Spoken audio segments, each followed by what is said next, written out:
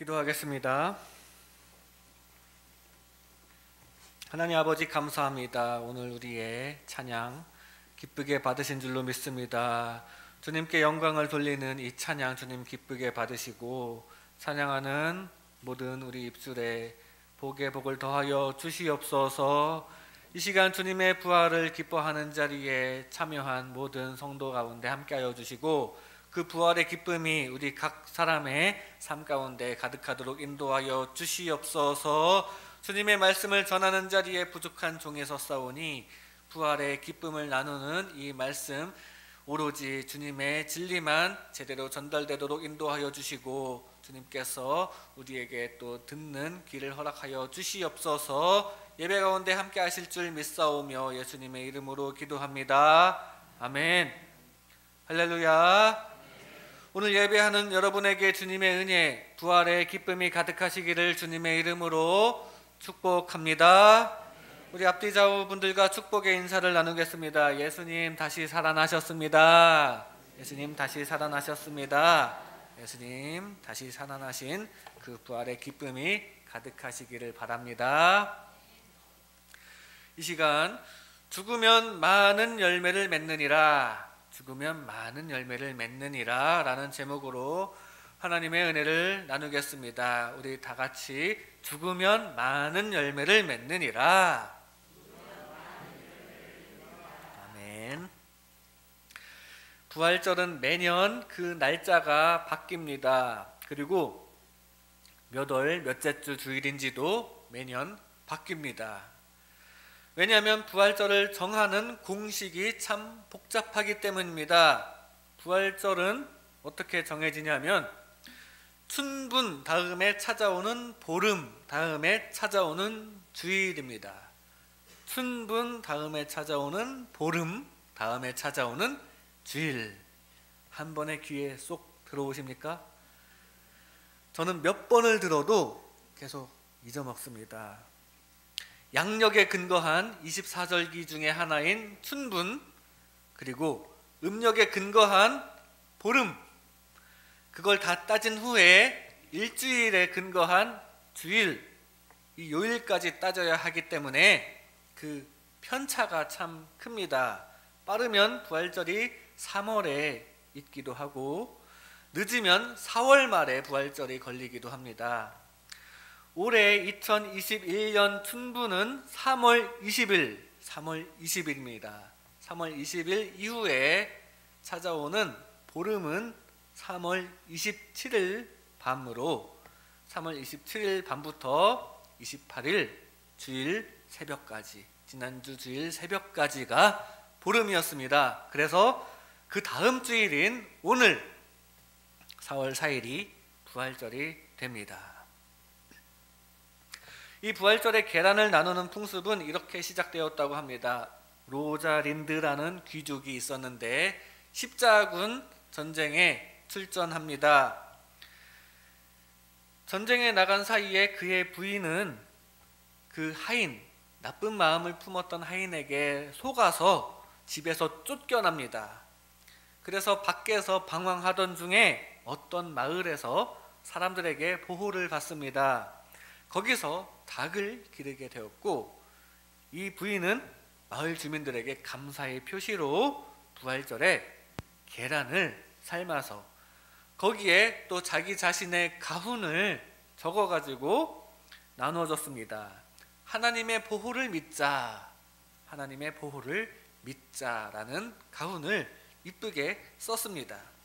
그런데 지나가던 한 소년이 이 계란을 받아가지고 가다가 길가에 지쳐서 쓰러져 가고 있는 한 군인을 발견했는데 그 계란을 그 군인에게 주었습니다. 그 군인은 계란을 받아보고 깜짝 놀랍니다.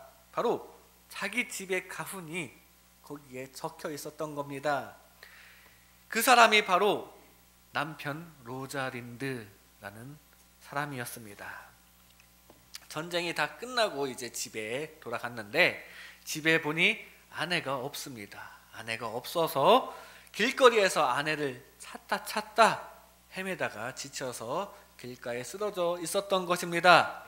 소년에게 이거 어디서 났느냐라고 물어보고 결국 그 계란 덕분에 찾았습니다. 아내를 찾게 되었고 다시 행복한 가정을 이루게 됩니다. 부활절 계란 덕분에 한 가정이 부활한 것입니다. 계란에서 병아리가 부화하듯이 무덤에서 예수님께서 다시 부활하시듯이 로자린드의 가정도 이산가족이었는데 행복한 가정으로 부활한 것입니다. 마찬가지로 우리 사망에 빠져있는 우리 모두 생명으로 다시 부활할 줄로 믿습니다. 여러분 모두의 삶도 주님의 은혜와 또 삶의 행복이 가득한 삶으로 부활하시게 되시기를 주님의 이름으로 축복합니다. 죽으면 많은 열매, 무엇보다 부활의 열매가 맺힙니다. 영혼의 부활과 더불어 우리 삶 가운데 부활의 축복이 가득히 임할 것입니다. 이 시간 예수님만이 아니라 우리에게도 적용되는 이 원리, 죽음과 부활에 대해 말씀을 나눌 때 이 모든 부활의 역사가 저와 여러분 모두에게 가득하시기를 주님의 이름으로 축복합니다. 먼저 우리는 예수님의 죽으심과 부활하심을 알아야 합니다. 24절에 이렇게 말씀하십니다.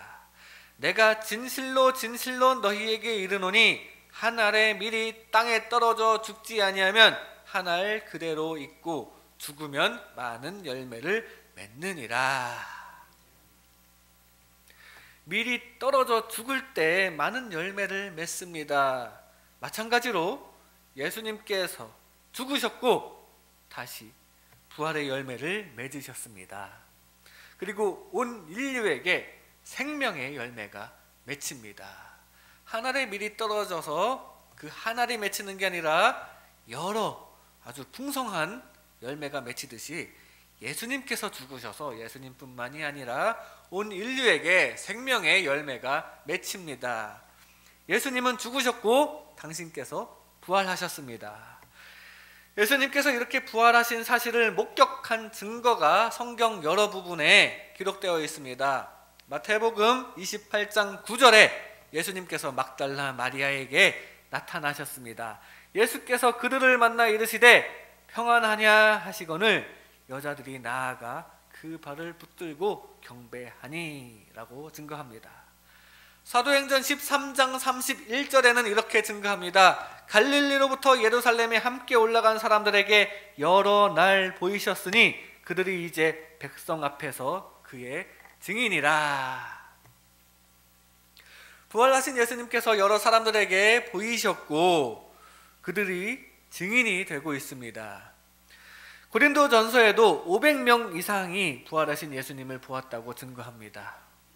이렇게 성경이 증거하는 바 예수님께서는 십자가에서 죽으신 후 부활하셨다는 사실이 맞습니다.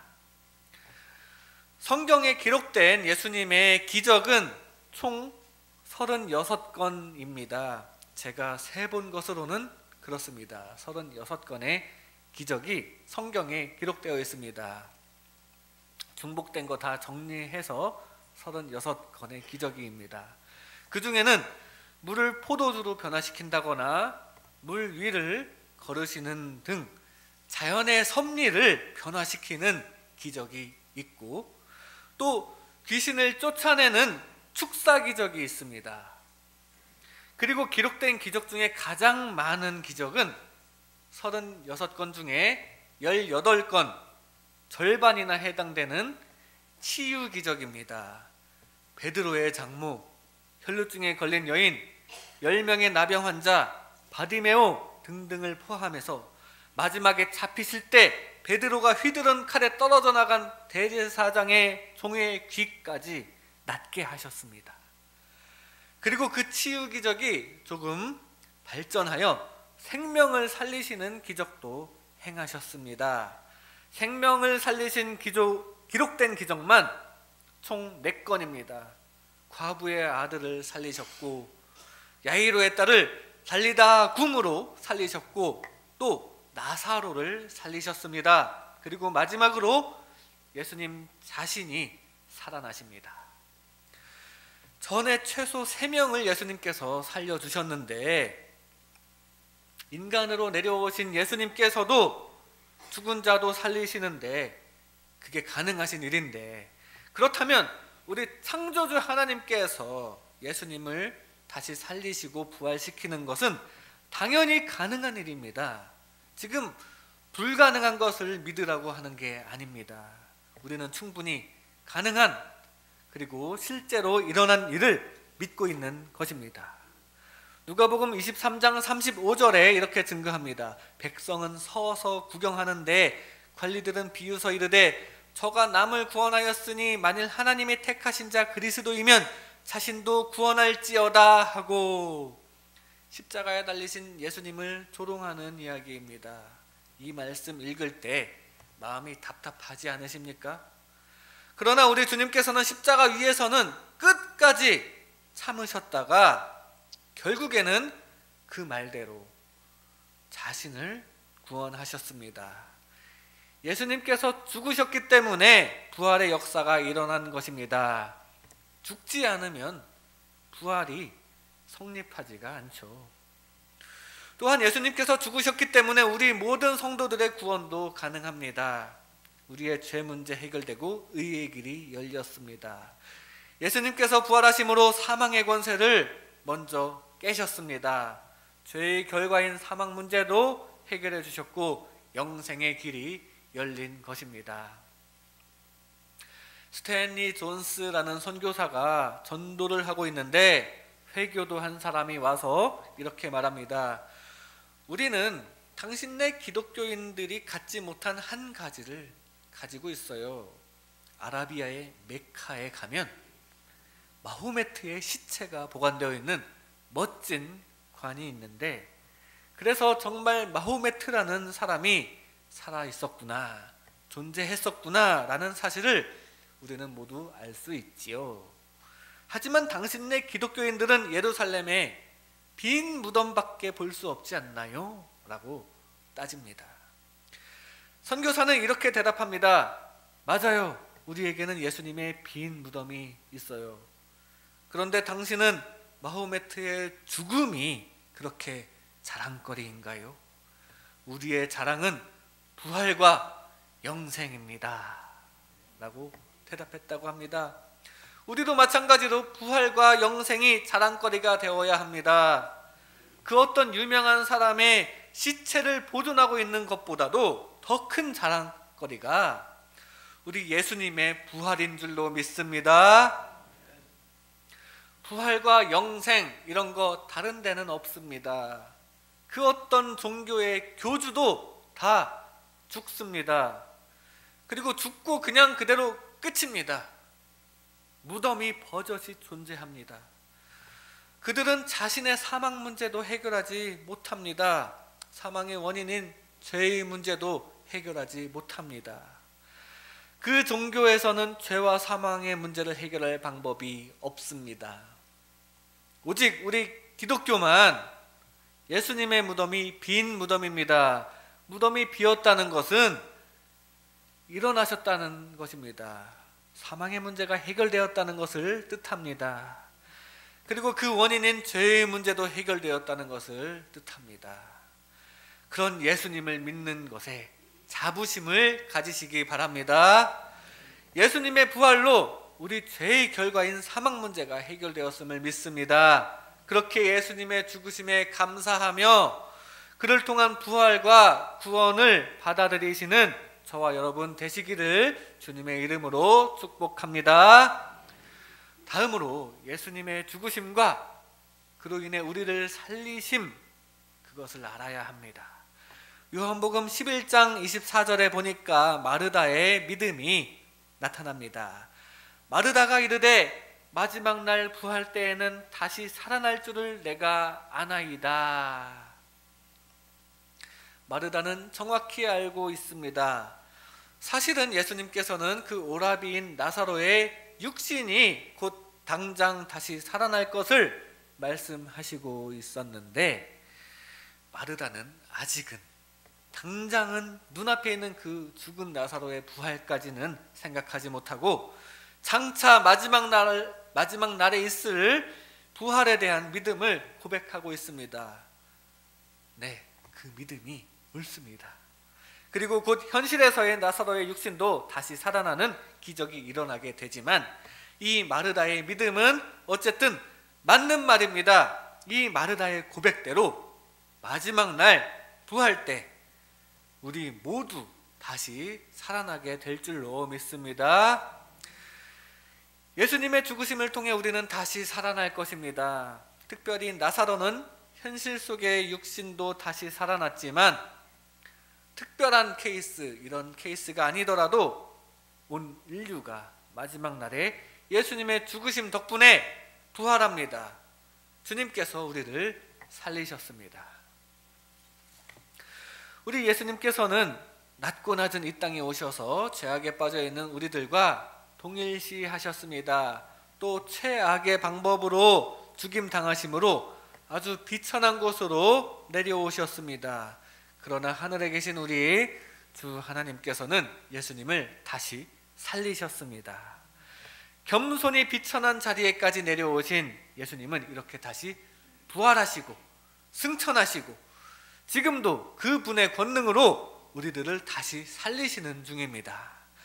바로 예수님께서 죽어주셨기 때문에 온 인류에게 생명의 열매가 맺히고 있는 중입니다. 예수님을 통해 죄사함 받았음을 믿고 아멘 하면 우리도 죄로 죽었던 영이 부활합니다. 영이 부활하려면 그 영을 둘러쌀 껍데기도 결국은 필요하기 때문에 육신도 함께 부활하게 됩니다. 우리가 항상 고백하는 사도신경대로 그대로입니다. 몸이 다시 사는 것을 믿사오며 세 번역으로 몸의 부활과 영생을 믿습니다 라고 고백한 그대로 결국 우리 몸도 부활할 것을 믿기 바랍니다. 그때 부활한 몸이 지금 우리가 살고 있는 이 3차원의 공간적인 세계 플러스 일직선의 시간의 세계, 이 세계로 그대로 부활하는지 아니면 어떤 우리가 모르는 경험하지 못했던 차원으로 하나님의 세계로 부활하는지는 알 수 없지만 다만 성경에 기록된 대로 몸이 부활한다는 거, 몸의 부활을 믿으시기 바랍니다. 데살로니가전서 4장에는 재림에 대한 예언이 있습니다. 데살로니가전서 4장 16절 상반절에 주께서 호령과 천사장의 소리와 하나님의 나팔 소리로 친히 하늘로부터 강림하시리니 라고 증거합니다. 재림 때 하늘로부터 강림하십니다. 그런데 이 땅에 있는 많은 스스로 재림 예수라 하는 사람들은, 많은 교주들은 다 엄마 뱃속에서 재림했는데 그거 아닙니다. 하늘로부터 강림하실 줄로 믿습니다. 또 16절 하반절에 그리스도 안에서 죽은 자들이 먼저 일어나고 라고 증거합니다. 예수님을 믿고 죽은 자들의 영은 일단 하늘나라에 들어가서 대기하고 있고 그 사람의 몸은 아직 땅에 있는데 그것이 다시 이 죽은 자들의 몸이 다시 살아난다는 말씀입니다. 썩었어도 그 몸이 살아납니다. 화장해서 재로 흩어져 있어도 가능합니다. 왜냐하면 창조주 하나님께서 하시니까 가능할 줄로 믿습니다. 불가능이 없습니다. 예수님을 다시 살리신 우리 주 하나님께서 그의 권능으로 우리를 다시 우리 육신까지 살리실 줄로 믿습니다. 어떤 사람은 다시 살아나야 하는데 시신을 화장하면 어떻게 하느냐, 나중에 하나님께서 흩어진 재를 끌어모아 살리신다는 말이냐 하면서 화장을 반대하는 사람도 더러 있습니다. 그래서 불안해서 화장 못하겠다는 경우도 간혹 있다고 합니다. 그렇게 정불안하시면 마호메트처럼 냉동 보관하시면 될 것입니다. 그러면 썩지도 않을 겁니다. 그래도 우리 주님께서 또 다시 살리시겠지만, 그러나 그것보다는 창조주 하나님의 역사에는 불가능이 없다는 것을 믿으시기 바랍니다. 17절 상반절에는, 데살로니가전서 4장 17절 상반절에 그 후에 우리 살아남은 자들도 그들과 함께 구름 속으로 끌어올려 공중에서 주를 영접하게 하시리니 라고 증거합니다. 예수님 재림하시는 그때 그 순간에도 이 땅에 살아있다면 순간적으로 영화로운 부활 육신으로 변화된다는 말씀입니다. 계시록 19장에도 예언되어 있는 예수 신랑과의 영적 혼인잔치가 공중에서 이루어진다는 말씀입니다. 공중에서 주를 영접하게 하시리니. 공중에서 이루어지는데, 그런데 어떤 유명한 이 땅의 교주는 이미 땅 위에서 영적 혼인잔치를 하였다고 하죠. 17절 하반절에는 이렇게 증거합니다. 그리하여 우리가 항상 주와 함께 있으리라. 영원 천국으로 옮겨진다는 말씀입니다. 이 데살로니가전서 4장 16, 17절에 있는 이 말씀이 재림 때에 일어날 일들은 예언한 말씀입니다. 이 일에 우리 모두 다 참여하시기를 바랍니다.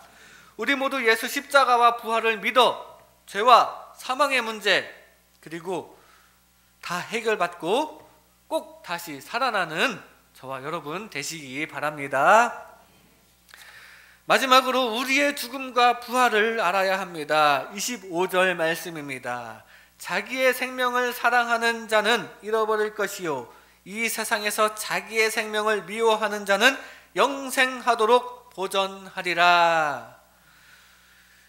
미리 떨어져 죽을 때 많은 열매를 맺는 것과 같이 우리도 마찬가지로 죽어야 삽니다. 우리도 십자가를 지는 자세를 가질 때, 생명을 버릴 각오를 하고 죽을 각오를 할 때 오히려 더 좋은 역사가 나타납니다. 그럴 때 우리 영혼도 부활의 축복 가운데 거하게 되고 우리의 삶 가운데에도 부활의 축복이 임한다는 사실을 기억하시기 바랍니다. 내가 죽어야 내 영혼이 다시 살아나는 부활의 열매를 맺습니다. 내가 죽어야 라는 찬양이 있습니다. 가사를 보면 내가 죽어야 내 영혼이 살겠네. 연약한 육신이 늘 나의 뜻을 거스려 내가 원하지도 않는 헛된 삶 속으로 깊은 절망 속으로 날 인도해 하는 찬양입니다.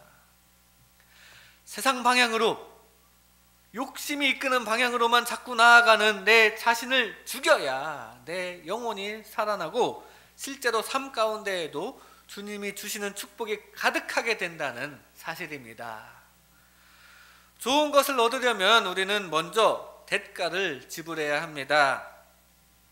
한 알의 밀알이 땅에 떨어져서 대가를 지불한 후에 많은 열매를 맺듯이 쓰디쓴 인내의 대가로 달콤한 열매를 맺는 것이 우리 세상 만사의 원리입니다. 인간관계에서 봐도 그렇습니다. 우리는 때때로 상대방에 대해 참아주는 인내의 십자가를 져야 할 때가 있습니다. 불끈 솟아오르는 혈기를 꾹 인내의 십자가를 지고 참으면 그때 평화의 부활이 주어집니다. 공부나 일할 때도 마찬가지입니다. 놀고 싶고 쉬고 싶고 그런 마음 꾹 참고 공부하고 힘든 거 꾹 참고 버티면서 각자의 현장에서 열심히 일하면 결국에는 잘 되는 결과로 이어지게 됩니다. 성공의 부활이 임하게 됩니다. 노는 것도 마찬가지입니다. 예를 들어서 번지점프를 할 때 그렇습니다. 저는 사실 안 해봐서 모르지만 해봤다는 분들의 말씀을 토대로 이야기하면 몸을 던져야 합니다. 성경 말씀에 자기의 생명을 미워하듯이 몸을 던져야 제대로 번지점프를 즐길 수가 있는데 그 몸을 못 던져서 어정쩡하게 난간을 붙잡으려고 하다 보면 잘못하면 더 크게 다칠 수 있습니다. 불안한 마음을 꼭 참고 이기고 인내할 때 좋은 결과로 이어진다는 사실입니다. 이것이 우리 삶의 원리입니다. 꼭 희생이 있어야 열매가 있습니다. 십자가가 있어야 부활이 있는 것입니다. 부활을 원하십니까? 축복을 원하십니까? 그렇다면 우리는 십자가부터, 희생부터 찾아야 할 것입니다. 요셉은 억울하게 시기와 질투를 받고 미디안 상인에게 팔려 노예 생활을 하게 되었습니다. 예수님께서 억울하게 십자가 지신 것처럼 요셉도 억울하게 십자가 지는 것 같은 고통을, 누명을 쓰고 감옥에 갇혀도 그 고통을 느끼면서 그냥 꾹 참고 또 참았더니 결국에 애굽의 총리가 되어 많은 것을 누리고 인정받는 축복을 얻게 되었습니다. 웨슬리는 가장 편안해야 할 가정이 불편한 존재가 있어서 불안했다고 합니다. 바로 그 웨슬리의 부인이 불편한 존재였습니다. 부인이 너무 힘들게 합니다. 힘들고 괴롭지만 이혼하지 않고 꾹 참았더니 그것이 축복이 되었습니다. 가정에 있는 것이 힘들어서 자꾸만 밖으로 나오다 보니 자연스럽게 장시간의 전도 여행도 떠나게 되었고, 그렇게 자꾸만 밖으로 나와서 주님의 일에 몰두하게 되었고, 그러다 보니 웨슬리 자신이 성화되고 거룩해지고, 그러다가 결국 감리교라는 교단이 탄생하였다고 합니다. 사람마다 자기가 지고 가야 할 십자가가 다 다릅니다. 우리는 각자가 어떤 십자가를 지고 있습니까? 여러분은 무슨 희생을 하고 있습니까?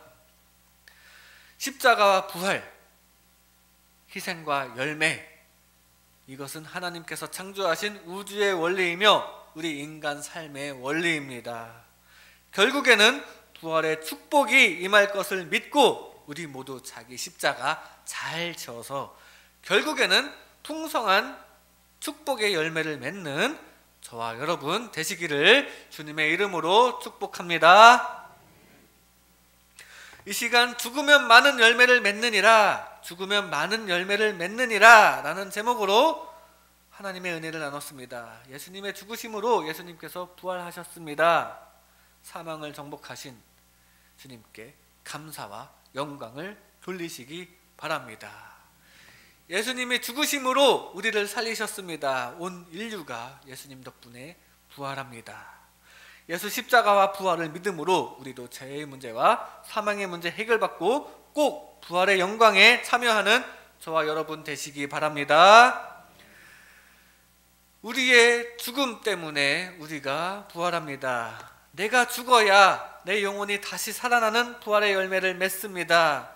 십자가 희생의 뒤에는 반드시 부활이 있음을 믿고 기대하며 자기 십자가 감당하면서 늘 승리하는 저와 여러분 되시기를 바랍니다. 죽음 뒤에 영원한 승리를 늘 소망하는 우리 모두가 되시기를 주님의 이름으로 축복합니다. 기도드리겠습니다. 십자가 위에서 고난당하신 주님께서 죽어주심으로 사망 권세를 극복하시고 우리에게 구원의 은혜를 베풀어 주시니 너무나도 감사드립니다. 우리도 주님을 따라 각자의 십자가 희생을 감당하며 승리함으로 주님께 영광 돌릴 수 있도록 도와주시옵소서. 모든 것을 주님께 맡기오며 예수님의 이름으로 기도드리옵나이다. 아멘.